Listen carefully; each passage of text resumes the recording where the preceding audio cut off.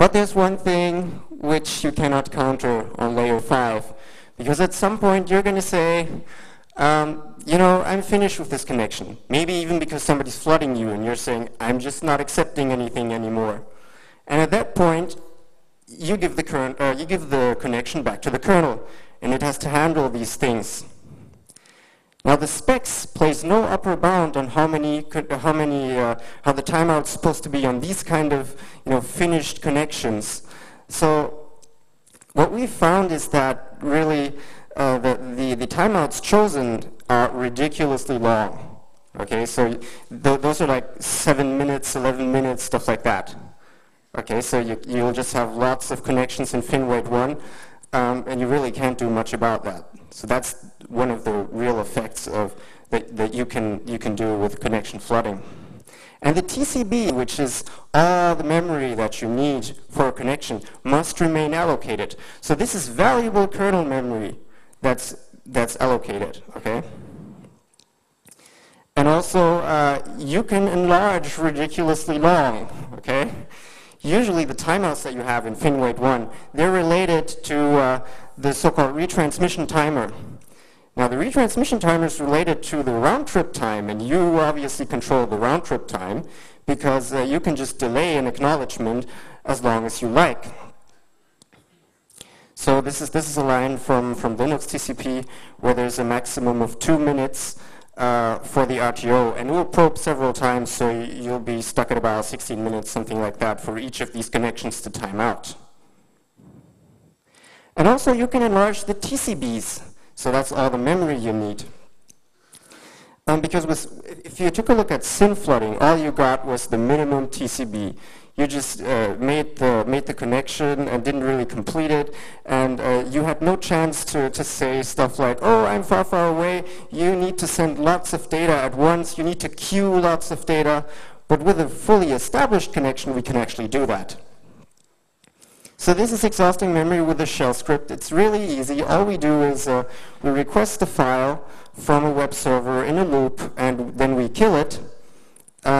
We kill the program which requests a file, and we just don't send any resets or fins or anything like that. We just let the connection hang. And this is what you see.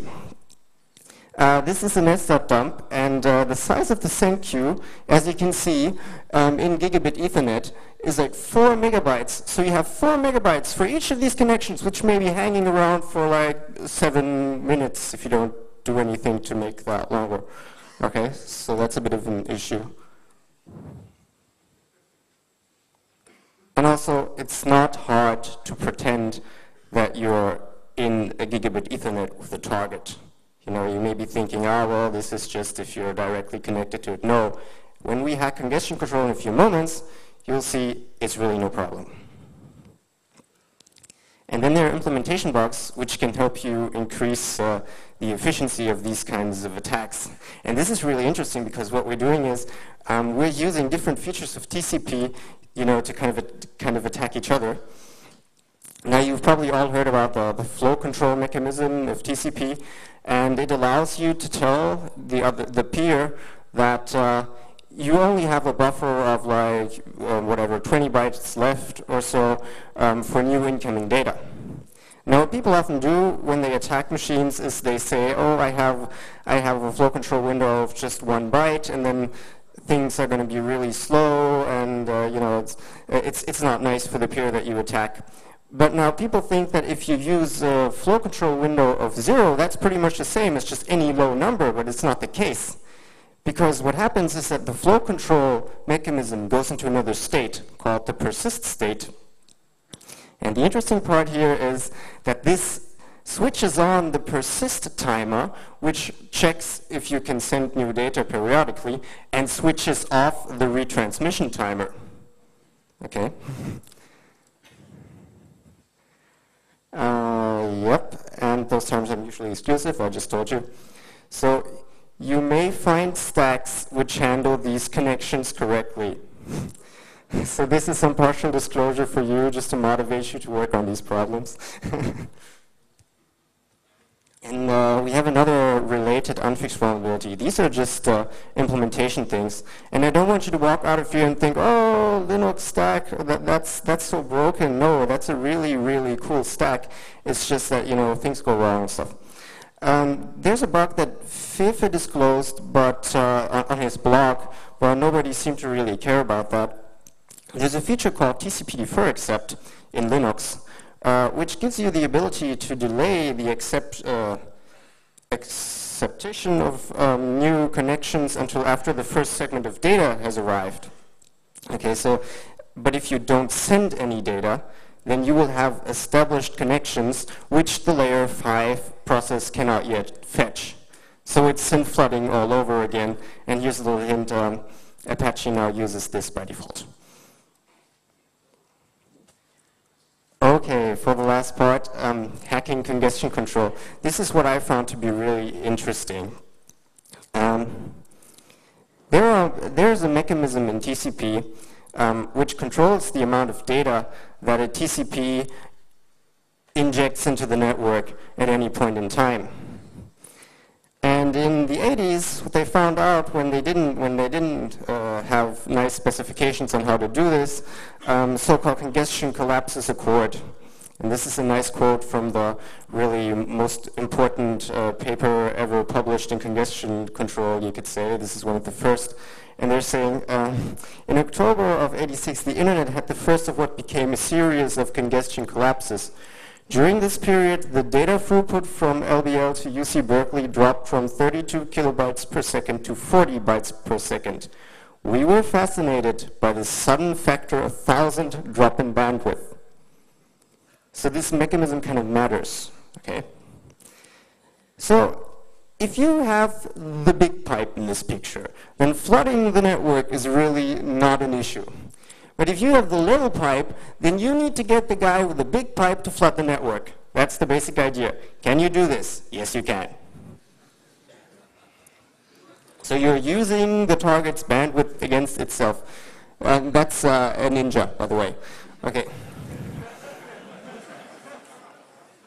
Now there are two mechanisms, congestion control, flow control, but in both cases, we are the trusted source of information for these mechanisms, okay? So this is basically how it works. One side sends data, and we acknowledge it, and then they say, oh, okay, so you got that. Well, then I'm going to try to send some more until packet drops occur, and then they say, oh, okay, this was too much. Now we're sending a little less, okay? Trick number one, who says we can't just hide losses? Okay, so he sends data, we say, oh, okay, we got that. Sends more data, we say, got that. Sends more data, we didn't get it, but hey, we got that. Okay. So this, what this does is that the congestion window, which is the amount of data which is pumped into the network, just increased and increased and increased until it totally floods the network. Okay. So, and you can be even more nasty about this. You can also acknowledge before you even got the packet. This leads to the scenario where the host thinks that the round trip time is really, really small. So it's like you're in the gigabit Ethernet, just what I told you about earlier. So we control the round trip time. We control the round trip time samples which are taken. And now here's another nice quote from that really cool paper. A good round-trip time estimator, the core of the retransmit timer, is the single most important feature of any protocol implementation that expects to survive heavy load. Okay, but we control the samples. Okay, so all of this, this is actually known stuff. People have looked into this, but it's just that nobody cares that much. And this guy, Rob Sherwood, he actually wrote a paper about this and did lots of testing. And this paper is titled, Misbehaving TCP Receivers Can Cause Internet-Wide Congestion Collapse. And nobody cared. And then he actually wrote a patch so that they could just use the patch so that he'd be happy. But nobody applied it. Okay. So there are two ways of fixing this problem. One is really neat in that it's the nice way to fix the problem, but it requires to change TCP. And that usually isn't an option, because then you have to change TCP stacks all over the world. You can't do it. Okay. This approach is that the receiver should not only say, I got the packet, but he should prove it by calculating a checksum over the packets that he should now have. Okay, good. And then there's another fix, the one by Rob Sherwood, and it's fully backward compatible, but it just randomly drops segments and sees if the other side says, oh, I got that segment, because then you caught him lying. The problem you have here is that it induces a minor throughput penalty, and TCP people don't like minor throughput penalties. Okay. I want to end with another quote by Stefan Hemminger. August 2007, somebody came up to the Linux kernel list and asked, you know, I just played around with this stuff from Rob Sherwood, and you know, it's kind of dramatic in a way. Are we doing anything against this? And here's the answer. Lastly, the patch looks like it could cause more problems. It probably will break some application and other non-attacking TCP stacks. For this case, in my humble opinion, we need to wait for more research. If you want to pursue the problem, it needs to go through the RFC process. So that's going to take a while. Okay, so here's a hint on what to try out next, because we've tried lots of things, but we couldn't complete everything, and you know, this is kind of also a call for you to do some research on these things. Flow control and congestion control are completely independent mechanisms. So what you could do is you could start a download, and then the congestion window will go up, and then at one point you say, I have no more bytes to receive more data, and it will hang there. Okay, then you do that a couple of times, and then you tell all of them at once, fire. Okay. Yeah, okay. And then there are also some things that you can do without even, you know, leaving the RFC. Because, as we just said, these congestion control mechanisms are fully drop-based. So if there's a drop, that means there's congestion. We should send less data. But it's possible that it's not a sign of congestion. We can actually create scenarios where we have drops even though there's no congestion. And I'm not talking about wireless. The shrew attack. This is also something that you will find on the internet, but nobody cares. Yeah, this is their logo. Anyway, yeah, it's a little mouse, and it attacks big elephants. So pretty similar to the picture that I had before. So here's a basic idea. With a normal TCP stream, segments that you send are pretty much equally spaced. You try to not have too bursty data, and sometimes the queue in a switch may be partially full, but sometimes not. But you know, that's normally what it looks like. But now what happens if you as an attacker just sent the same amount of data, but in a single burst? What happens is that you fill the queue completely, and the next packet will just be discarded. Okay? Now the retransmission timer is extremely predictable because it's part of the congestion control scheme, and that's been completely specified in great detail. So what this means is that you could always send these kinds of data bursts whenever the retransmission timer sees if it can send data again. Okay, so you get the situation where you really want that file from the web server, and somebody really does not want you to have that file. In this case, a shrew attack can screw you.